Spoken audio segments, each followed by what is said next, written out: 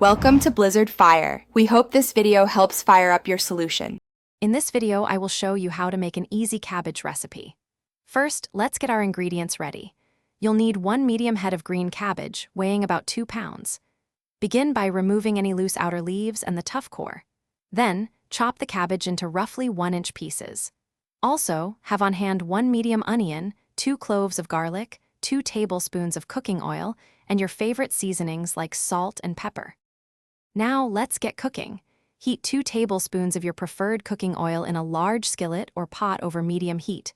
Once the oil is shimmering, add your chopped onion. Sauté the onion for about 5 minutes, stirring occasionally until it becomes translucent and tender.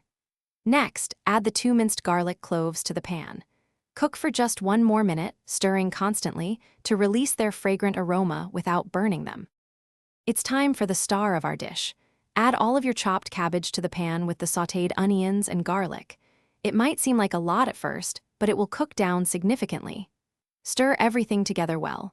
Cover the pan and cook for about 10 to 15 minutes, stirring every few minutes until the cabbage is tender and has wilted.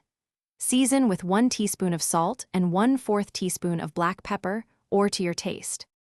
Almost done. Once the cabbage is tender, remove the lid and continue to cook for another 5 minutes. This helps any excess liquid evaporate, concentrating the flavors.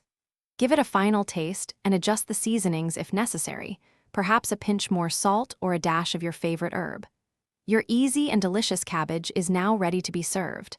Enjoy it as a simple side dish or even as a light main course. Thanks for watching. If you found this helpful, don't forget to like and subscribe.